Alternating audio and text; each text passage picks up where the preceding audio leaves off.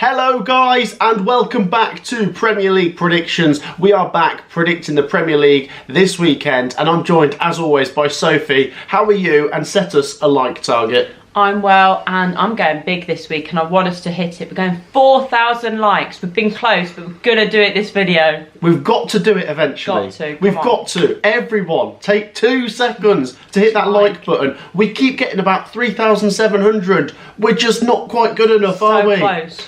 Get involved, make sure to like and make sure to subscribe for more Premier League content. Of course, we're really close to 80,000 subscribers as well, so it takes 2 seconds to get involved with both of those things before we get into today's video. Let's talk about the Premier League predictions last week, Sophie, where I beat you and I've closed the gap quite a bit. I'm 2 points behind you now. I've got to be honest, I'm impressed with 3 predictions bang on. Nottingham Forest 1-0 on the Monday night, Manchester United 2-1, and then we both did predict Liverpool to beat Chelsea 2-1. Let's get into the predictions for this week, guys, and like I say, make sure you're sharing your predictions down in the comments as we go along. We start in the East Midlands, Sophie, with an East Midlands derby, Leicester City versus Nottingham Forest, and I, for one, cannot wait for this because it's not just a little bit of a derby, but it's also 2 good teams, like in terms of form as well. And I think you've got to make Forest the favourites. They're the more established Premier League team now. After this now being their 3rd season, of course, they've had a fantastic start. They've had a very good start away from home as well. And they did get a win last time at home against Palace. They're currently 8th. And if they win this, Sophie, on the Friday night, they'll go 5th. Yeah. But let's talk about Leicester. Leicester have been great. Leicester have been fantastic. They've been moving along nicely recently. Back-to-back wins is always massive down at the bottom of the table. And Steve Cooper. We said have faith in him. You're a bigger fan than I am in Steve Cooper. I like Steve Cooper. I think, just trust him and you'll be all right. I think he'll keep him up, to be honest. But this is going to be really surreal now. Steve Cooper hasn't taken on Nottingham Forest since he's left them. This is going to be really weird because, you know, a massive majority of that Nottingham Forest fan base hold him in a really high esteem. And I'm sure he still has massive amounts of love for the club in his heart. Yeah. But given just how it ended, with him having to be pushed out the door eventually, I wonder, would it be a sweet victory for him if he can get it? Let's do a prediction, Sophie. I'm really excited for this one. And I'm going to go Leicester 1. Forest 2. Forest have been great away from home. I've got to hand it to them. They are. And I just think they'll win. We did both predict these teams to win last week and we were both right. Can't predict them both to win this week though. No, this is really tricky because I have liked what Leicester have been doing recently. To turn it around at Southampton the way they did, I mean, it was a dreadful first half for them. They played the worst football I've seen all season. But then the second half, completely different team, and that is some win for those fans. So I almost want to give them something, but the way Forest are playing as well, and especially defensively, they look so solid at the back, and their keeper's having a good season. So I'm just going to edge Forest to do this one, 1-0. Oh, another 1-0. They like a clean sheet, don't I think this could be a really entertaining game, though. I feel like Leicester will take it to them, but I think Forest have the quality. I'm really not sure what to make of how Steve Cooper will set up because I like Steve Cooper personally. It was always quite defensive and sort of spring on the counter-attack. Nuno's got Forest playing some fantastic football. I think it'd be a really good game. Yeah. Share your thoughts on that one, guys. That looks like a good one. Next up, Sophie, Aston Villa versus Bournemouth. The first thing we need to do is apologise to both fan bases. Neither of us predicted you to win last week, and you both got some good results. Villa winning 3-1 away at Fulham. What a statement that was. And then to win again in the Champions League against Bologna. They're flying in the Champions League, aren't they? Yeah, honestly, Aston Villa are on fire. But what a win for Bournemouth last week. I know, it's one of the only times I've not gave them something in a game and then they do that. And I'm like, oh, they can play such nice football. And yeah, what a win that was. Even before the red card, I thought they were a better team. Yeah, no, honestly, well done, Bournemouth. This is very difficult, I've got to be honest. I think Villa are, on paper, the favourites. Oh, yeah. But they have played in the Champions League in midweek. I think it will take it out of them somewhat. And I am so close to going for a draw here. But I am just backing Aston Villa. Yeah. They just keep finding a way to keep winning games. They're top of the Champions League table, yeah. 2-1 Villa. Yeah, I'm actually going for the same scoreline. I think maybe if they weren't playing in the Champions League as well, I probably would go... I'd throw in another goal. I'd probably say 3-1 Villa. But as you say, I think some of the players may be slightly tired, although it doesn't seem to be affecting them so far. I think maybe later on in the season it might more so, but I still think they're looking very, very good. And then I'm giving Bournemouth a goal, and I think they're going to be in the game because on their day they're a good team as well. So I think this could be a very interesting game, actually. Share your thoughts, guys. Share your thoughts down below. The next one, Sophie, Brentford take on Ipswich Town. Ipswich is not good now. You know, they haven't won a game yet. Some of the draws and the performances at the start of the season were good. Promising, yeah. But losing 2-0 at home to Everton and 4-1 away to West Ham, they've got to start winning soon. And they've got this game, and then they've got Leicester at home next week. Big games, 2 big games. Brentford took the lead at Manchester United. They did not score in the first minute. Yeah, so well done to Man United for that. But they still lost, Brentford. I'm going to have to just go for Brentford here. Brentford 2, Ipswich 1. I'm going for another 2-1. Okay, I'm going to say Brentford 1-0. I think they might actually keep a clean sheet against Ipswich as well, but I think it could be a bit of a dogged game, to be honest, because Ipswich won't want to lose this one. They can't afford to lose this one, so I think they're going to... I won't say they'll set up defensively because I don't really think that's McKenna's philosophy, but I do think that Brentford are just going to get it over the line and get the 3 points. So, yeah, 1-0 Brentford. 1-0. Yeah, share your thoughts, guys. I have been defending Ipswich a lot. They need that first win, though, for me to... Do you know what? Keep do you know what I mean? on. Yeah. Yeah, exactly. And I wish Ipswich all the best. On to the next one, Sophie. It's Brighton versus Wolves. What a win for Brighton last week. To go away to Newcastle and keep a clean sheet. Clean sheet as well, that's the main Away thing, with yeah. the win. Yeah, honestly, great win for Brighton. And Danny Welbeck still getting goals at his age. Yeah. They take on Wolves, Sophie. And look, Wolves, it looks like I was heartbroken for them, you know, when, John Stones doing a John Stones right at the death. But poor Wolves, they did deserve something from that game. Yeah, it's no fun being a Wolves fan at the minute. Even when you play well, you come away with nothing. And so many late goals conceded over the last, 12 months. You think the Coventry game, the Manchester United 4-3 game. It's not just this season, is it? Man City. They're so vulnerable at the back. But that performance against Man City was still... Yeah, it was an improvement, but they didn't get anything. This is difficult, but then the fixtures get a little bit kinder. Jeez, I don't know. I'm going to go Brighton 3-1.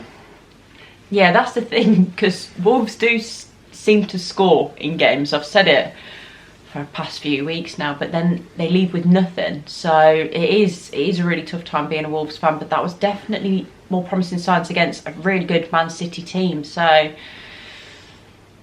going to say it's going to be another close one. I think it could be the same scoreline again, you know. I'm going to say 2-1 Brighton. Yeah, which isn't great for Wolves, but there were some promising signs and some positives to take from the Man City game. So if they can almost play the same, I wouldn't be surprised if they got something from this game. But Brighton on their day as well, they look very good. They look strong. So, yeah, I'm just edging them.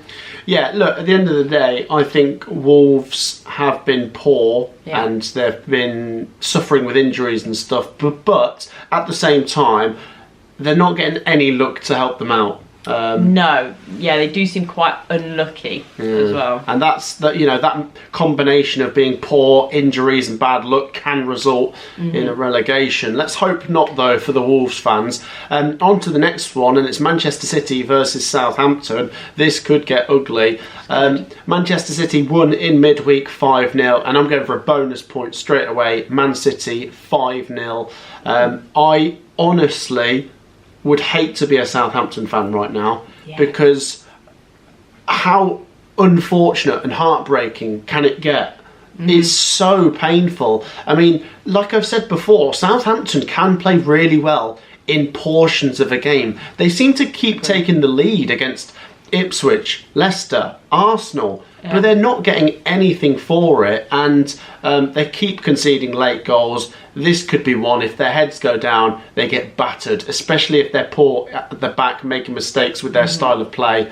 Man City 5-0. I'm sorry to the Southampton fans. I mean, Man City haven't been keeping that many clean sheets in the Premier League, to be honest, so do I fancy Southampton to get a goal? Possibly, but I'm not going to back it. I'm going to go 4-0 Man City. I think this could be pretty straightforward. I think Southampton could get punished for the way they play at times. Yeah, I wouldn't be looking forward to this one if I was a Southampton fan. No, I mean, it could be really, really embarrassing. It could, but then it could be a little bit closer as well, because I don't think Man City were that convincing against Wolves. So maybe they've got to look at that game and think, do you know what? They're not perfect. We could exploit some of their weaknesses, could get a goal, you never know, put them on the back foot. But then it's Man City, and despite not playing the best against Wolves, they still get the 3 points over the line. So yeah, I'm going to back them regardless, and as I say, I'm going quite heavy as well, 4-0.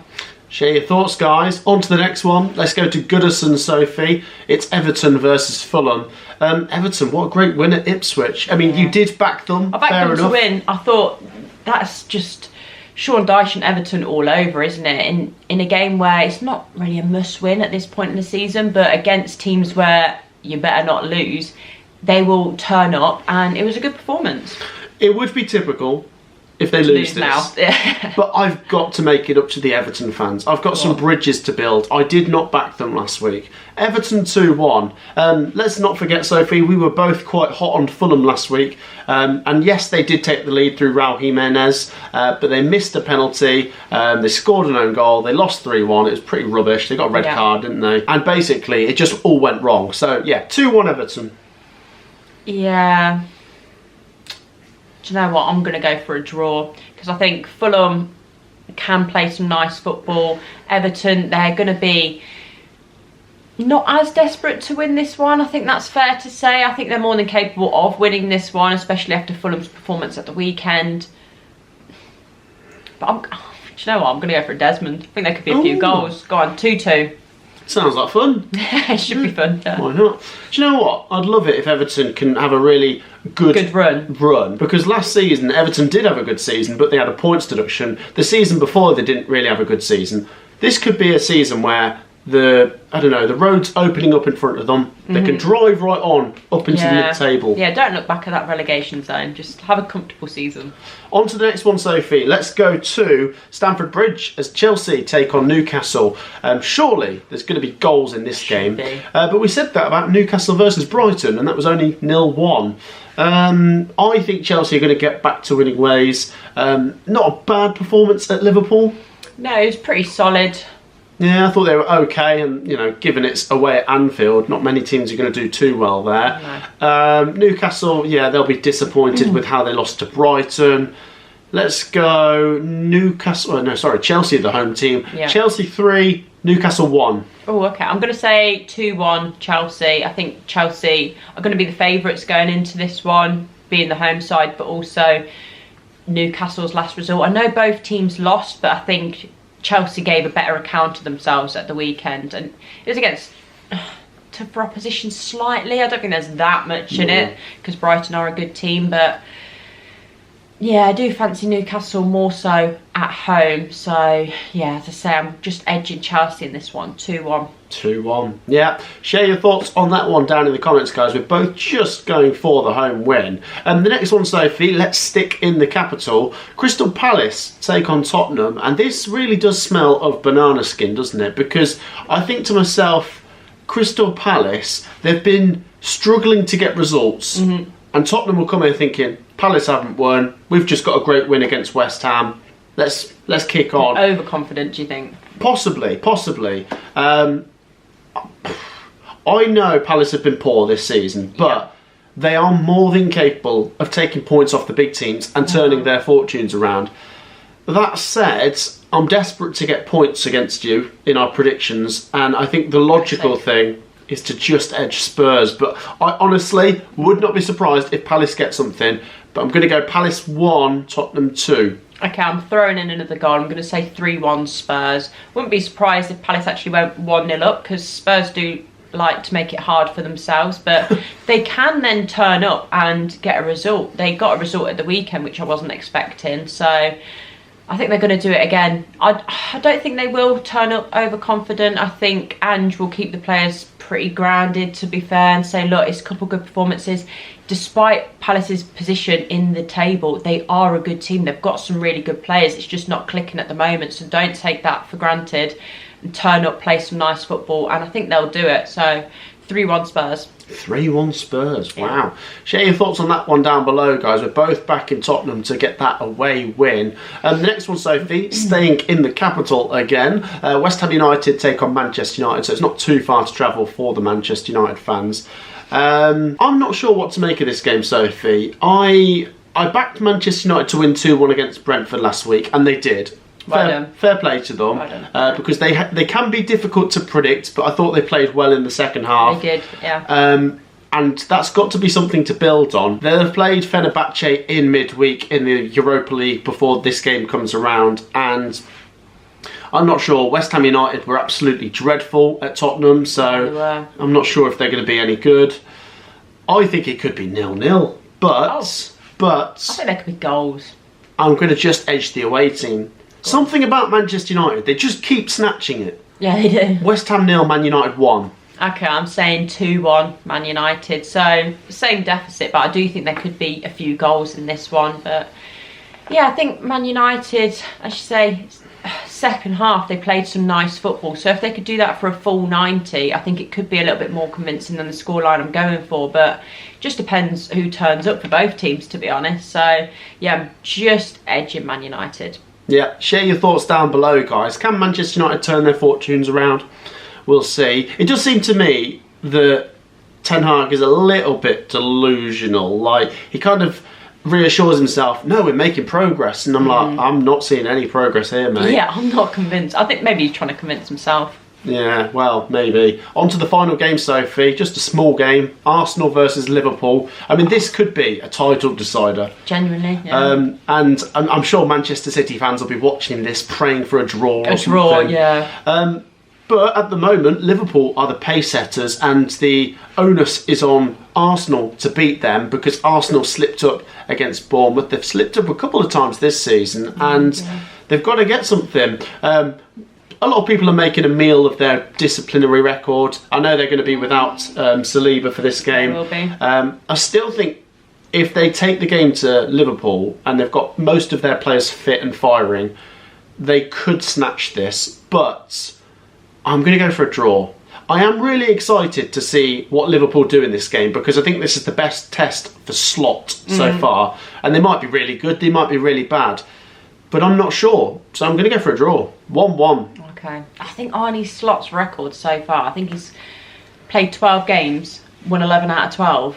It's so good. And just the way Liverpool play sometimes. Again, it's not perfect. There's definitely certain weaknesses, like in that defensive back line. But they do just look very good. And some of the players that weren't quite firing last season, they look rejuvenised, to be honest, this season. So I am going to pick a winner, and that's going to be Liverpool. I'm going to say 2-1 again. Yeah, I think this could be... It's obviously going to be a very good game. There's a lot riding on it. I'd hate it to be a 0-0. Yeah. But I am going to pick a winner, and I'm going for the team that's more in form at the moment, a little bit more settled, and have all players available. So, yeah, 2-1. I know this is going to sound overly dramatic, but if Liverpool beat Arsenal, that can be a gap that's very hard to close over the rest of the season. Because are they 5 or 6 points already ahead of them? If that gap becomes 8 or 9 points, it takes a long time to catch up. You've got to be pretty much perfect then for the rest of the season, which is a lot of pressure when you're playing in other competitions as well. Absolutely agree. Well, share your thoughts, guys, down below. I'm going for an Arsenal-Liverpool draw, and Sophie is backing the away team. That wraps up our Premier League predictions for another week, guys. We honestly love doing this, and your support is absolutely fantastic. So once again, a massive thank you if you've already supported us. If you haven't, take 2 seconds to drop a like and hit that subscribe button. Like I say, it's free to do, and it really helps us out, so get involved. Thank you for joining me, Sophie. Thank you. We will see you next week for more Premier League predictions. Peace out.